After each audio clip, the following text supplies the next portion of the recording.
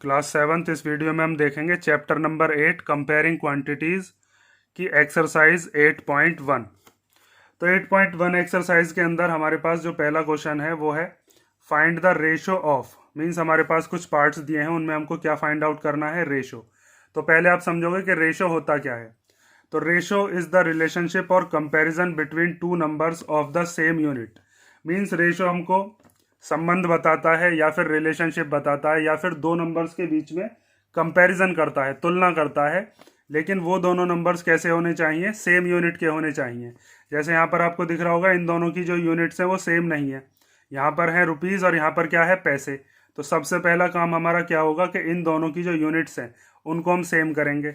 जैसे जो second part है उसके अंदर भी जो पहला वाला नंबर है वो किलोग्राम में गिवन है और दूसरा वाला ग्राम में। तो सबसे पहले तो इन दोनों की क्या होनी चाहिए, यूनिट सेम होनी चाहिए।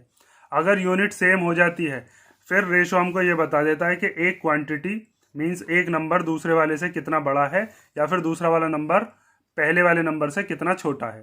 ठीक है, पहला वाला भी छोटा हो सकता है, दूसरा वाला भी छोटा हो सकता है। तो सबसे पहला हमारा काम क्या होगा कि इन दोनों की जो यूनिट्स हैं उन यूनिट्स को हम सेम करेंगे और उसके बाद हम पता लगाएंगे कि कौन सा नंबर किसका कितने गुना है। ठीक है, तो देखिए यहाँ पर आपको एक गिवन है कि ये रुपीज़ में है 5 और पैसे में है कितना 50। तो आपको पता होगा कि रुपीज़ के अंदर कितने पैसे होते हैं, 1 रुपये के अंदर होते हैं 100 पैसे। तो यहाँ पर अगर 1 रुपये के अंदर 100 पैसे हैं तो 5 रुपीज़ के अंदर कितने हो जाएंगे, 500। तो ये जो हमारे पास 5 गिवन है इस 5 को हम चेंज कर लेंगे किसमें, 500 में। मीन्स पैसे बना देंगे इनको। तो सबसे पहले आपको यही करना है, जब आप इसका सॉल्यूशन करोगे तो यहाँ पर ये जो 5 है इस 5 की मल्टीप्लाई हम किस में कर देंगे, 100 में। और अब ये भी क्या बन जाएगा, ये भी हो जाएगा पैसे। अब ये जो 2 है इस 2 की जगह रेशो का साइन बनाओगे, ये रेशो का साइन है। और उसके बाद इधर की तरफ भी क्या लिखे हुए हैं, ये 50 पैसे। ठीक है, इसके आगे ब्रैकेट में आप लिख के बता सकते हो कि 1 रुपये में कितने पैसे होते हैं, 100 पैसे। इसीलिए हमने यहाँ पर किसकी मल्टीप्लाई कर दी है, 100 की। तो जब आप 5 की 100 में करोगे तो कितना आ जाएगा, ये आ जाएगा 500 पैसे। और यहाँ पर ये कितना है, ये है 50 पैसे। ठीक है, अब इनका रेशो निकालना है। तो रेशो का मतलब होता है कि ये जो पहला वाला नंबर है इसको आप न्यूमरेटर में रखोगे और इसको कहाँ पर रखोगे, डिनोमिनेटर में। तो न्यूमरेटर में हम रख देते हैं 500 पैसे और डिनोमिनेटर में कितना रख देते हैं, 50 पैसे। तो पैसे से पैसे कैंसिल हो जाएंगे, 0 से 0। हमारे पास कितना बचा, ये बचा 50/5। और आपको पता होगा 50 और 5 भी दोनों 5 के टेबल में आते हैं। तो 5 1 जा 5 एंड 5 10 जा 50। तो इसको दोबारा से रेशो में कैसे बना के लिखोगे, जो हमारे पास न्यूमरेटर है उसको हम पहले लिखते हैं और फिर बीच में रेशो का साइन, और जो डिनोमिनेटर है उसको बाद में। इसका मतलब ये जो 50 पैसे हैं और ₹5 हैं, इन दोनों में क्या रिलेशन है, क्या रेशो आया है, 10:1। मीन्स 5 रुपीज़ जो हैं ये 50 पैसे का कितने गुना है, 10 गुना है। ठीक है, 10 टाइम्स है। तो इस तरीके से हम पता कर लेते हैं। इसी तरीके से अब हम देखते हैं क्वेश्चन नंबर सेकंड। तो क्वेश्चन नंबर सेकंड में आपको दिख रहा होगा एक तरफ दे रखा है हमको किलोग्राम और एक तरफ है हमारे पास ग्राम। तो 1 kg में कितने ग्राम होते हैं, 1 kg में होते हैं 1000 ग्राम। तो इस kg को हम ग्राम में चेंज कर लेते हैं, या फिर आप चाहो तो ग्राम को भी चेंज कर सकते हो, लेकिन वहाँ पर हमको डिवाइड करना पड़ता है। तो आसान क्या रहेगा, इस kg को हम ग्राम में चेंज कर लेते हैं। तो सबसे पहले हम करेंगे 15 × 1000 और ये भी क्या बन गया अब, ग्राम। ठीक है, इस 2 की जगह क्या लगा दोगे आप, रेशो, और ये हो गया 210 ग्राम। उसके बाद जो चीज़ आपने लिखी है, मीन्स यहाँ पे 1000 की मल्टीप्लाई की है ना, तो इसके आगे इसके बारे में लिख दोगे कि आपने ये 1000 की मल्टीप्लाई क्यों की। तो यहाँ पर हम लिख देंगे कि 1 kg में कितने ग्राम होते हैं, 1000 ग्राम। अब 15 की जब 1000 में मल्टीप्लाई करेंगे तो कितना आ जाएगा, ये आ जाएगा 15,000 ग्राम। रेशो 210 ग्राम। अब 1500 ग्राम को हम लिख लेंगे न्यूमरेटर में और 210 ग्राम को हम कहाँ लिख लेंगे, डिनोमिनेटर में। तो ग्राम से ग्राम कैंसिल हो गया, 0 से 0 कैंसिल हो गया। तो हमारे पास आ गया 21। तो यहाँ पर आपको दिख रहा होगा 15 और 21 दोनों 3 के टेबल में आते हैं। तो आप इन दोनों को 3 से कैंसिल कर सकते हो। ये पता है ना आपको, न्यूमरेटर और डिनोमिनेटर दोनों सेम टेबल में आने चाहिए, तब हम इनको कैंसिल कर देते हैं। तो ये आता है 3 के टेबल में 7 टाइम्स, और 15 कितनी बार आता है, 3 5 जा 15, ये 2 जीरो ऐसे ही बचे, तो इन दोनों को हम एज इट इज़ कॉपी कर देते हैं। तो अब हमारे पास कितना आया, यहाँ से न्यूमरेटर आया 500 एंड डिनोमिनेटर इज 7। नाउ अब क्या करेंगे हम, ये जो 500/7 आया है इसको रेशो बना के लिख दो, तो न्यूमरेटर पहले लिख लेते हैं और डिनोमिनेटर बाद में। तो हमारे पास रेशो कितना आया, 500/7। तो ये हमारा क्वेश्चन नंबर फर्स्ट का बी पार्ट हो गया। अब हम देखते हैं क्वेश्चन नंबर फर्स्ट का पार्ट सी। तो सी पार्ट में हमें दिया है 9 metre to 27 centimetre, means 9 metre और 27 सेंटीमीटर का रेशो निकालिए। तो यहाँ पर एक तो दे रखी है यूनिट हमको मीटर, और एक क्या गिवन है, सेंटीमीटर। तो 1 मीटर में कितने सेंटीमीटर होते हैं, 100। तो सबसे पहले यहाँ पर ये जो मीटर है इसको चेंज करके हम क्या बना लेंगे, सेंटीमीटर। तो यहाँ पर हम लिखते हैं 9 × 100, और ये क्या बन गया अब, सेंटीमीटर। 2 की जगह क्या लगा दोगे, रेशो, और ये 27 सेंटीमीटर। आपने जो चीज़ की है वो यहाँ पर लिखोगे कि 1 मीटर में कितने सेंटीमीटर होते हैं, 100। तो ये चीज़ हमने यहाँ पर लिख दी। अब 9 की जब 100 में मल्टीप्लाई करेंगे तो कितना हो जाएगा, 900 सेंटीमीटर, और ये कितना गिवन है, 27 सेंटीमीटर। अब इसको न्यूमरेटर में लिख लो, इसको डिनोमिनेटर में, तो ये आ जाएगा 900 सेंटीमीटर अपॉन 27 सेंटीमीटर। सेंटीमीटर से सेंटीमीटर कैंसिल हो जाएगा। यहाँ पर 900 और 27 दोनों ही 9 के टेबल में आते हैं, तो 9 से आप कैंसिल करोगे, 9 3 या 27 एंड 9 1 जा 9, और ये 2 जीरो एज इट इज़ आ गए। तो हमारे पास कितना आया, 100/3। अब 100/3 किसी भी सेम टेबल में आएंगे नहीं, तो रेशो हमारा कितना हो जाएगा, 100/3। ठीक है, तो इस तरीके से हमारा ये कौन सा पार्ट हो गया, फर्स्ट क्वेश्चन का सी पार्ट। अब हम देखते हैं फर्स्ट क्वेश्चन का डी पार्ट। तो डी पार्ट देखिए, अब यहाँ पर हमको दिया है 30 days to 36 आवर्स, मीन्स 30 दिन और 36 घंटे के बीच में क्या रेशो होगा ये बताना है। तो आपको पता होगा 1 डे में कितने आवर्स होते हैं, वो होते हैं 24। तो यहाँ पर ये जो डेज दे रखे हैं इनको हम चेंज कर देंगे आवर्स में, और ये पहले से ही आवर्स है। ठीक है, तो अब हम क्या लिखेंगे, 30 × 24, और ये क्या बन गए, अब ये बन गए आवर्स।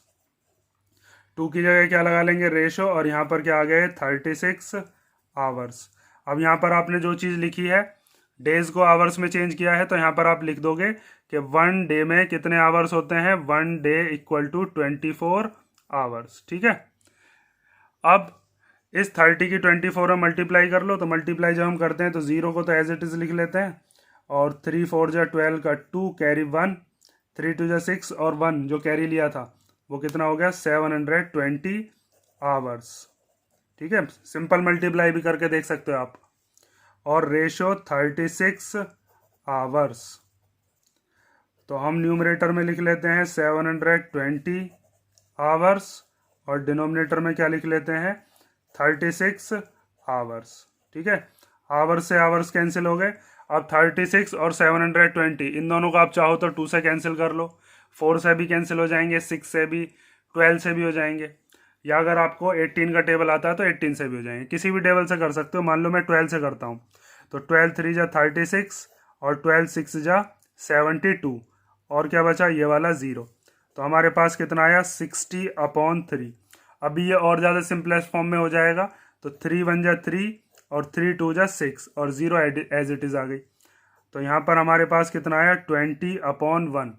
तो इसको जब रेशो में चेंज करेंगे तो क्या आ जाएगा, 20:1। ठीक है, तो इस तरीके से हम रेशो निकाल लेते हैं। रेशो हमको क्या बताता है, ये चीज़ आप याद रखोगे कि रेशो हमको बताता है रिलेशनशिप या फिर कंपैरिजन करता है दो नंबर्स के बीच में, लेकिन वो दोनों नंबर्स कैसे होने चाहिए, सेम यूनिट के। इसीलिए हमने हर एक क्वेश्चन के अंदर ये जो यूनिट्स थी इनको सेम बनाया, जैसे यहाँ आवर्स को आवर्स में, और यहाँ पर सेंटीमीटर सेंटीमीटर में, पीछे हमने किलोग्राम को ग्राम में चेंज किया था, और साथ में रुपयों को पैसे में। तो ये हमारा क्वेश्चन नंबर फर्स्ट हो गया। अब हम देखते हैं क्वेश्चन नंबर सेकंड। तो क्वेश्चन नंबर सेकंड दिया है, in a computer lab there are 3 computers for every 6 students. Means एक कंप्यूटर लैब है जिसके अंदर 6 बच्चों के लिए कितने कंप्यूटर रखे जाते हैं, 3 कंप्यूटर्स। मीन्स 3 कंप्यूटर पर 6 बच्चे अपना वर्क कर लेते हैं या फिर 6 बच्चों को सिखाया जाता है। How many computers will be needed for 24 students. अगर 24 बच्चे हों तो उनके लिए कितने कंप्यूटर्स चाहिए। तो हमारे पास इसको करने के दो मेथड्स होते हैं, एक यूनिटरी मेथड और एक रेशो वाला मेथड। हम दोनों ही मेथड से इस क्वेश्चन को देखते हैं। पहला मेथड मैं आपको बताता हूँ, रेशो वाला। तो रेशो वाला मेथड ये है कि एक तो हम लिखते हैं नंबर ऑफ कंप्यूटर्स, मीन्स हमारे पास कंप्यूटर कितने कितने हैं, और एक हम लिखते हैं नंबर ऑफ स्टूडेंट्स। ठीक है, तो हमारे पास जब कंप्यूटर थे 3 तो कितने बच्चे वर्क कर पा रहे थे उस पर, 6। ठीक है, या फिर 6 बच्चों को पढ़ाया जा रहा था। और अगर आपके पास कितने बच्चे हों, 24 स्टूडेंट्स, तो कितने कंप्यूटर चाहिए वो हमको पता नहीं है, तो वो यहाँ की वैल्यू हमको निकालनी है। तो उस वैल्यू को आप कुछ मान सकते हो, मान लीजिए वो आपने क्या मान ली, x। ठीक है, तो अब जब इसको रेशो से हम सॉल्व करेंगे, तो रेशो से सॉल्व करने का मतलब है, अभी मैंने आपको बताया था, इसको इसके अपॉन में लिख देते हैं, इसको इसके अपॉन में लिख देते हैं।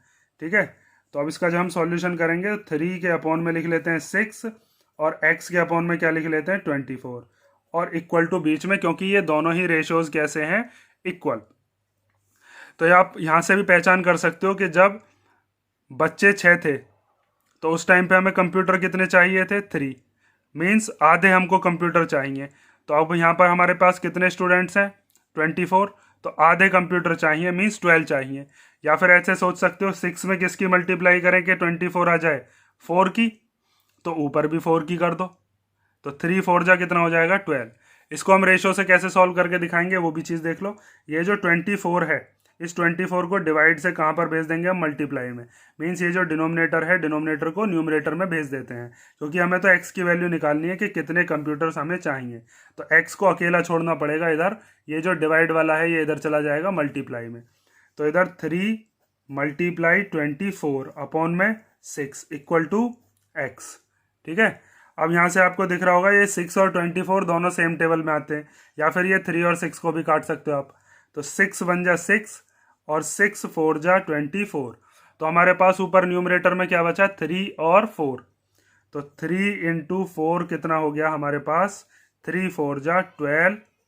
तो x की वैल्यू आ गई हमारे पास 12, मीन्स हमको कितने कंप्यूटर्स चाहिए, 12। तो यहाँ पर आप लिखोगे इसके नीचे लास्ट लाइन में कि computers needed, therefore computers needed for 24 students. 24 students के लिए कितने कंप्यूटर चाहिए, इक्वल टू 12 कंप्यूटर्स। बात समझ में आई। तो ये जो तरीका हो गया, ये तो कौन सा तरीका हो गया, ये तो हो गया आपके पास रेशो वाला तरीका। एक तरीका और होता है जो कि हम किस में लगाते हैं, यूनिटरी वाले मेथड से। तो यहाँ पर इसको ऐसे करके आप बंद कर देना एक बॉक्स में, और अब मैं आपको बताता हूँ दूसरा मेथड कौन सा, यूनिटरी मेथड। ठीक है, तो यूनिटरी मेथड क्या होता है कि अगर हमारे पास मान लीजिए जैसे हमारे पास दिया है कि 3 कंप्यूटर्स कितने बच्चों के लिए काफ़ी हैं, 6 बच्चों के लिए। तो आप लिखोगे 6 स्टूडेंट्स रिक्वायर्ड, कितने कंप्यूटर्स, 3 कंप्यूटर्स। ठीक है, तो अब 6 स्टूडेंट के बाद आप यहाँ पर जब यूनिटरी मेथड लगाते हो तो पहले निकालोगे एक बच्चे का, कि एक बच्चे को कितना कंप्यूटर चाहिए। तो 1 स्टूडेंट रिक्वायर्ड, तो ये जो 6 है, इस 6 से ये 1 कम है, और जब भी हम कम के लिए वैल्यू निकालते हैं तो ये 6 कहाँ चला जाएगा, इस 3 के डिवाइड में। तो 3/6 कंप्यूटर्स, मीन्स यहाँ पर ये डिवाइड में आ गया। लेकिन हमसे पूछा कितने कंप्यूटर्स का था, 24 का। अब 24 होता है ज़्यादा, तो ज़्यादा के लिए क्या करोगे आप, मल्टीप्लाई। जैसे यहाँ पर 6 से जब आप 1 के पास गए थे तो 6 से 1 कम होता है, तो कम के लिए क्या कर दिया था, 6 का डिवाइड, मीन्स ये वाला जो 6 था ये इसके डिवाइड में चला गया था। अब हमको क्या निकालना है, 24 स्टूडेंट्स का। तो 1 से 24 कैसा होता है, ज़्यादा, तो इस 24 को इसके किस में लिखेंगे हम, मल्टीप्लाई में। ठीक है, ये चीज़ समझ में आई ना। कम करने के लिए डिवाइड में चला गया ये 6, और ज़्यादा निकालने के लिए ये कहाँ पर चला गया, मल्टीप्लाई में। कंप्यूटर्स। अब आप बिल्कुल सेम इसको सॉल्व कर दोगे। 6 से कितनी बार कट गया, 4 बार, और 3 4 जा कितने हो गए हमारे पास, 12 कंप्यूटर्स। ठीक है, तो ये दूसरा मेथड हो गया आपके पास। कोई सा भी मेथड आप करके आ सकते हो एग्जाम में, जो भी मेथड आपको सही लगता हो। ठीक है, 6 बच्चों के लिए 3 कंप्यूटर, तो एक बच्चे के लिए 3/6, और 24 बच्चों के लिए कितना, 3/6 मल्टीप्लाई 24। कम के लिए डिवाइड में चला जाता है ये 6, और जब ये 1 और 24 के पास हम गए तो ये हो गया ज़्यादा, और ज़्यादा के लिए हम क्या करते हैं, मल्टीप्लाई। ठीक है, यहाँ से भी 12 कंप्यूटर आए, और जब हमने यहाँ से सॉल्व किया था तो यहाँ से भी हमारे पास कितना आया, 12 कंप्यूटर्स। तो इस तरीके से हमारा कौन सा क्वेश्चन हो गया, क्वेश्चन नंबर 2। तो क्वेश्चन नंबर 3 दिया है हमें, population of Rajasthan equal to 570 lakhs and population of UP equal to 1660 lakh. मीन्स हमारे पास 2 स्टेट हैं और उन दोनों स्टेट्स की आबादी बताइए कि कितनी पॉपुलेशन है। राजस्थान की है 570 लाख और यूपी की है 1660। उसके बाद हमसे बताया है एरिया ऑफ राजस्थान, मतलब राजस्थान का एरिया कितना है, 3 lakh kilometre square, and area of UP, UP का एरिया कितना है, 2 lakh kilometre square. First question में हमसे पूछा है how many people are there per kilometre square in both these states. Means Rajasthan में 1 किलोमीटर स्क्वायर के एरिया में कितने लोग रहते हैं, और इसी तरीके से यूपी में भी 1 किलोमीटर स्क्वायर के एरिया में कितने लोग रहते हैं। और सेकंड पार्ट में कहा है which state is less populated, means कौन सा स्टेट ऐसा है जिसकी पॉपुलेशन कम है, ये चीज़ हमको बतानी है। तो बहुत सिंपल सा क्वेश्चन है ये। इसमें हम क्या काम करेंगे, जो हमारे पास पॉपुलेशन है उस पॉपुलेशन को हम एरिया से डिवाइड कर देंगे, तो हमें ये पता चल जाएगा कि पर किलोमीटर स्क्वायर कितने लोग रहते हैं।